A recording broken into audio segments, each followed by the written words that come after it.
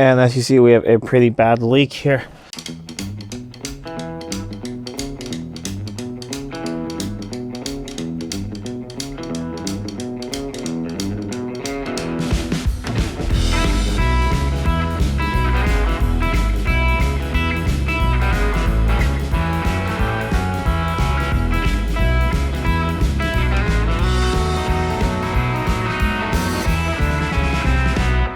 Welcome back to Living with a Classic. And this is a continuation of the previous video on my 1975 XJ6, where we tried to see why the right-hand tank was leaking.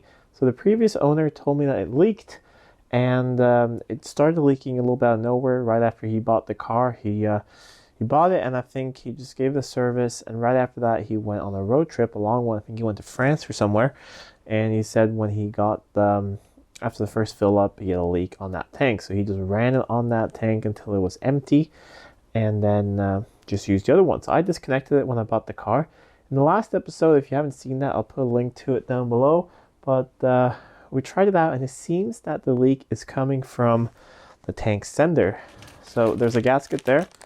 Picked up a gasket. Picked up one for the other side as well. We won't do that one now, but I'll do that one later, because if this one's leaking, the other one might start leaking too. I picked up a new crush washer for the drain and a new gasket for the drain as well. So we'll take that apart, see if that is the problem, and try and get that all back together. I also had a look at the pump. Seems to be in okay working condition. I do have a spare pump. Otherwise, I have some new hoses and some other things. So let's try and get the second tank hooked up on this XJ6.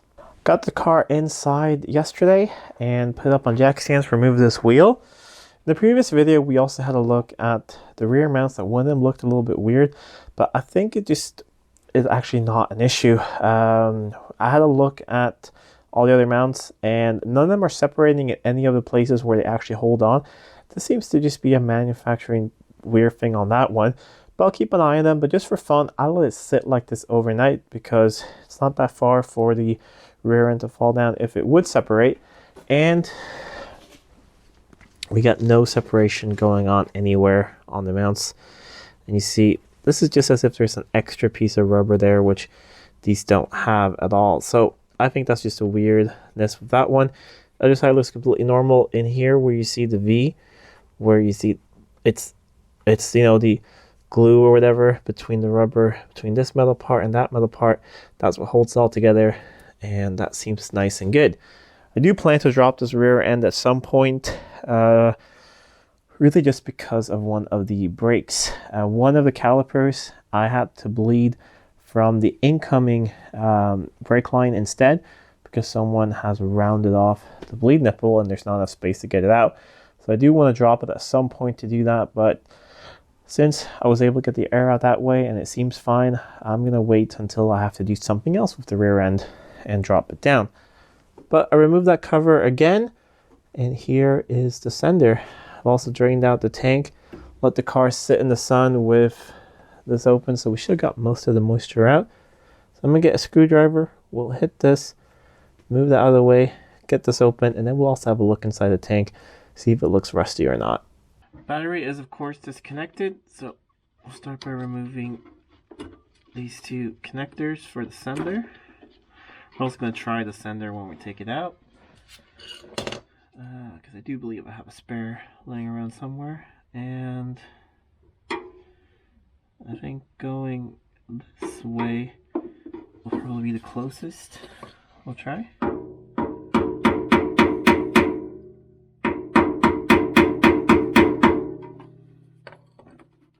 Those connectors.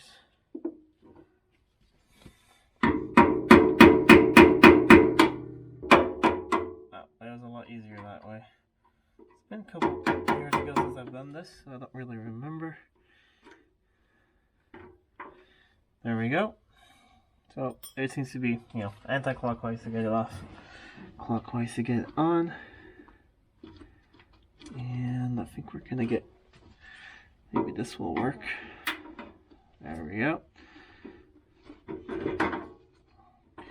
These don't often look the best sender units, but they can often work anyways. Let me try and get this out of here.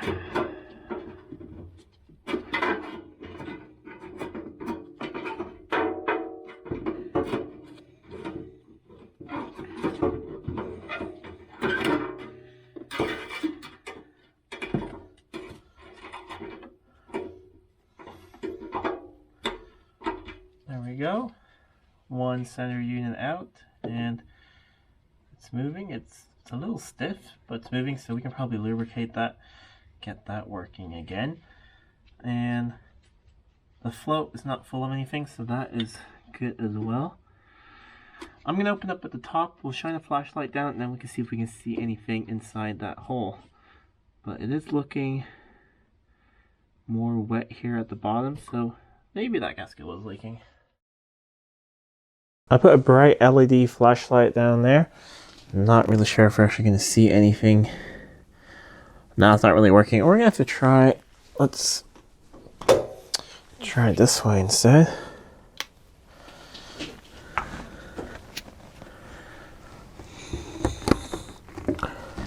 Oh, it's very hard to see anything, but honestly, it isn't looking too bad. I can see a tiny bit of debris in the bottom of the tank, but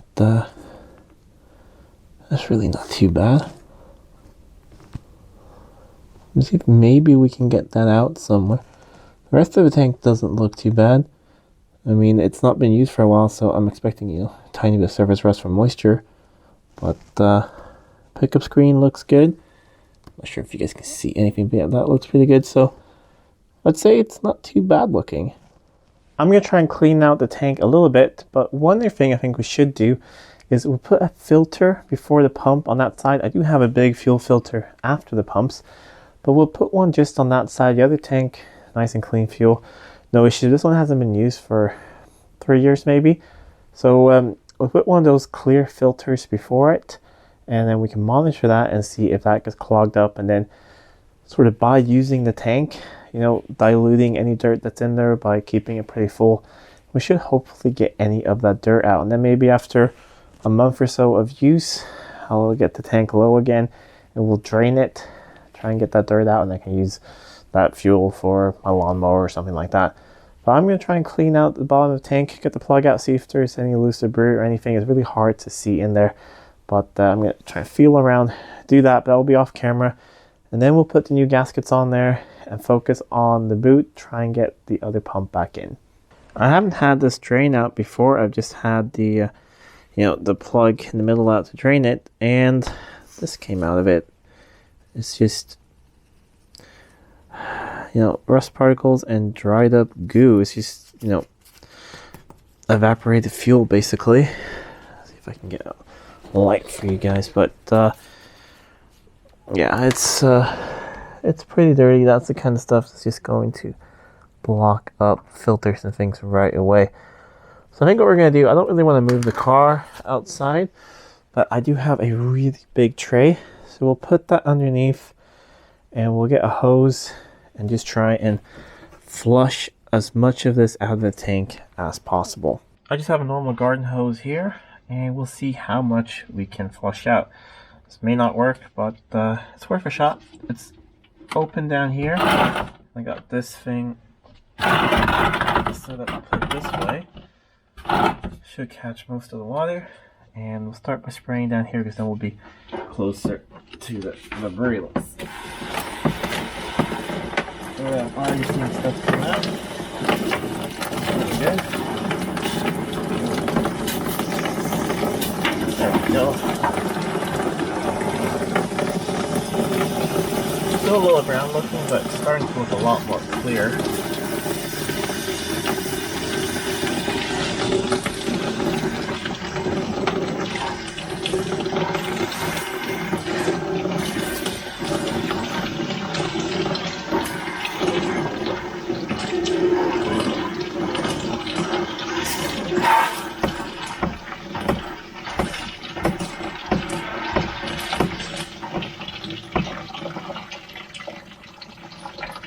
Alright, that is a first rinse. So what I think we're going to do now, we'll put the plug back in and we'll fill it up to level and let it sit for a bit, and then I can go in with, I think I have an old dish brush or something, and we can try and just brush it out, because it's really just the bottom bit of the tank that I think had old fuel sitting in it and just evaporating and turning into this stuff. The top looks really good. So we'll see if we can save this tank. Maybe we can, maybe we can't. I just put the plug back in, still using the old seal and washer and everything.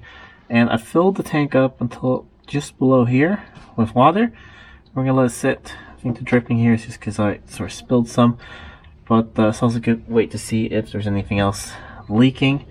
But I'll let it sit for a bit. I'm just gonna come back with a brush in here and try and get some of this debris out, clean it out, and we'll see what it looks like, if it's savable or not.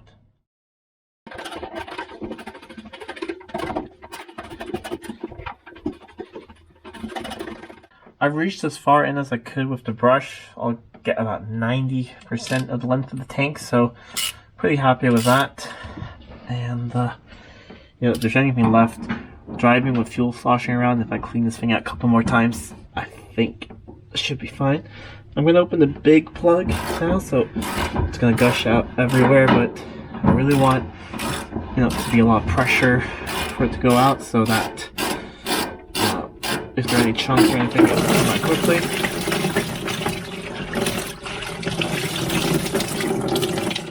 And honestly, that did not look too bad. I don't see any major chunks in here. I did clean this thing up a little bit before. I mean, it's not the cleanest container. I use this to put on their engines when I clean them, or you know, when I sort out oil leaks, so it's quite dirty, but no major chunks in there. And yeah, I'm not feeling any major chunks in there as well.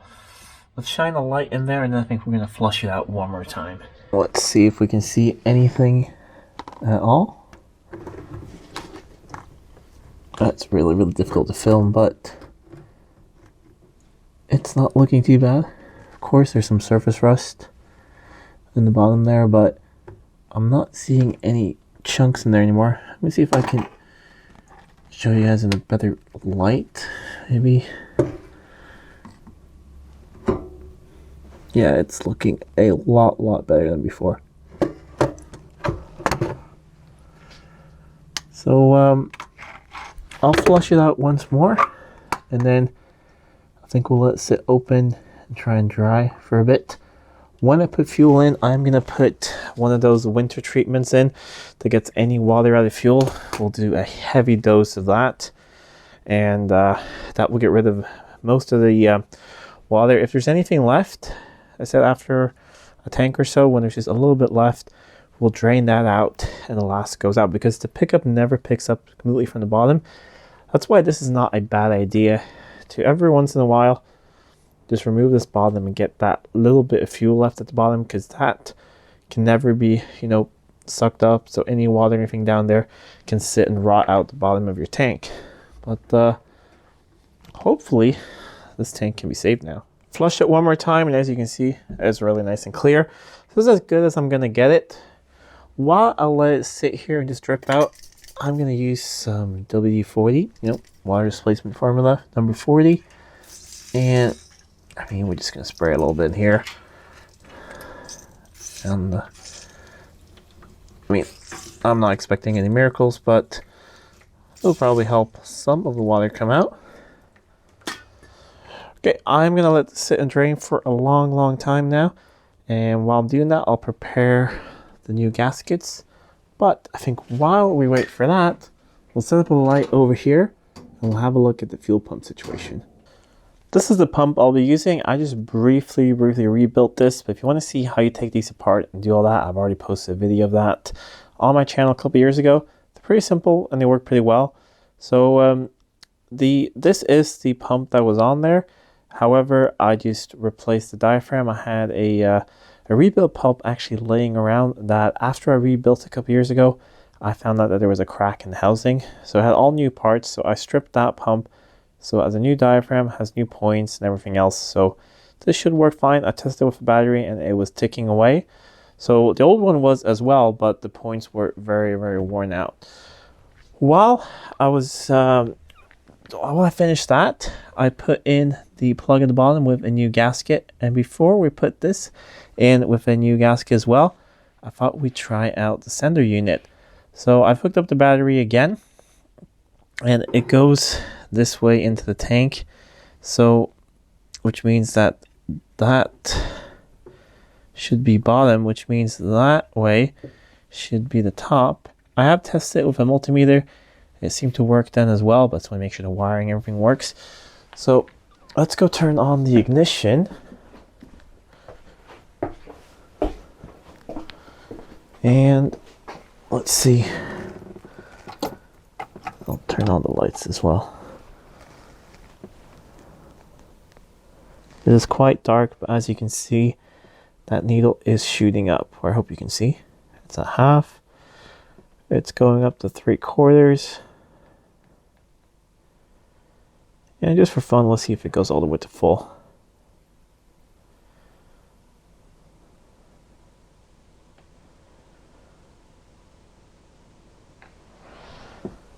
Yeah, close enough to full. So I'd say that sender unit works really well. The sender unit is back in place with a new seal, so hopefully that should be tight. And now we can focus on the fuel pump situation. So I've been running on just one pump. So when I got the car, both pumps were in it. However, there was nothing in that tank. And I just wanted to make sure that, you know, in case something happened with the valves in this pump, that nothing went over into the other tank. So I completely removed the pump. I blocked off the line and put new hose here. So this is what was there originally. It's a hard line up here, and then you have a split between the pumps. There are no valves on a system like this with the SU pumps, because you got valves inside the pumps. If you want to have a detailed instruction on how these twin tank systems works, I actually made a video of that, both the fuel injected side and you know, the side with these SU pumps. So this is all pretty straightforward. I'm going to cut this line here, hook that up, screw that into place, cut the line here, put that back into place, put a new line there. I'm going to put this pump back in place where it's supposed to be. I got to find some rubber or something to put around it, hook everything back up, and we should be good to go.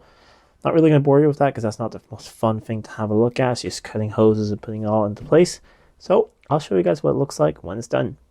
It's about an hour or so later, and I got everything sorted, and I'm pretty happy with it. So the original T-pipe is there in place. I got new hoses everywhere except this one, which just had new hoses about 1.5 years ago. So really happy with that. I used an old radiator hose I had and cut into pieces to use as the rubber in between here, and that seems to work really well. It's connected up here. Got the earth connected over there, so that seems to be working as well. And yep, just use that pipe connection. This is not original. This was done by a previous owner. I've replaced the rubber lines, but normally there's a little filter here from the bottom. It's blue, but it was always leaking for him, and he put one of these filters in, and I replaced it once, and that's worked really, really well. And I put one of these filters in on the incoming fuel from that tank, just so we can keep an eye on that. It's a high quality, it's a Bosch one, so it should be good. However, I never like to see these being used in the engine bay. Some people put them in the engine bay. I just don't think that those plastic ones are good for that. But back here, it's not really a big issue. Pretty easy to change out as well if it were to plug out. One other thing, before we try a couple things, I want to see if this pump works in the car. I don't have any fuel in the tank, but we'll just turn the ignition on, see if this pump starts ticking. And this is really the only rust on this car. This car is actually in really good shape, which is good. So I'll probably do something about this at some point, but it's not really a big deal. I think this summer I'm just going to paint over some of this with some rust protection, but that little rust hole there is just some good ventilation from the trunk. But I have connected the battery up. Let's go in here. And oh, the lights are still on from when I had them on before. Disconnect that. We have it in the out position here, fuel thing. So that is the right tank, and All right, it's ticking. And other side is also ticking. So let's put some fuel in the tank. I've got about 10 liters of fresh fuel here. I'm gonna put half of it, so 5 to start with, just make sure we got no leaks, and then we can put in the rest of it. And I'm not gonna take this car to a gas station to fill it up first time, just because I'm not sure if the rest of the tank leaks or anything like that. So I'm gonna continue buying fuel in cans, filling up at home. That way I can easily drain it or pump it over into something else. So here we go. First time this thing is getting fuel on this side for probably 4 years, maybe even 5. Alright, that's enough for now. I'm going to grab a flashlight and just crawl around everywhere and look for leaks. And as you see, we have a pretty bad leak here. It honestly feels like it's coming from the gasket up there, which I'm probably just being really, really hopeful, but that is where I feel a lot of wetness, especially in the back here. And as I tightened it, it started leaking even more. So I'm really wondering if maybe I got a piece of dirt down there, and that would be just a quick thing to check. So I'm going to do that real quick. We'll drain it here, remove this, put this back, really clean once more, and we'll give it one more shot. Otherwise, I guess I gotta find a new tank. The only weird thing I found is this. Not lip there. You know, the edge of the part of the tank, and then this is probably, you know, braced in or something. That lip is pretty much flush with this, almost above it. So it felt like it was leaking from there. So either it is actually leaking from the seam between there and there. This thing was very difficult to get out, so maybe, I don't know, it being so stuck that caused issues when I removed it, or there's something else going on. But when I did remove it on the O-ring, I did see a little bit of debris there, and maybe I knocked something loose when I tried to get it in, because there was debris stuck to the side of it. Anyways, I've cleaned everything once more, and I've even put a tiny bit of Hylimer blue on there because it works with gas as well. And we'll assemble it once more and give this one more shot. It's all back together under there again, so hopefully this time it works. I filtered out that fuel we used with one of these funnels supposed to remove debris and everything, and I mean, that's an old catch pan, so it was pretty dirty before, but yeah, I mean, probably small amounts of that came out of the tank. I think most of that was actually me cleaning my oil can. So we'll put this, or my oil catch pan, put this fuel back in because I don't want to contaminate new fuel with water if it leaks again. And fingers crossed, it's tight this time. I poured in the same amount of fuel. We got nothing coming from the bottom of the drain this time. And I mean, I can see some wetness in here, but that's from probably before when I just emptied the fuel, because I haven't dried anything off. So I'm actually just going to wait a bit. I'm going to try and dry everything off in here with some paper towels, stuff them in here, try and get everything as dry as possible. It's not that warm at the moment, so it's not really evaporating.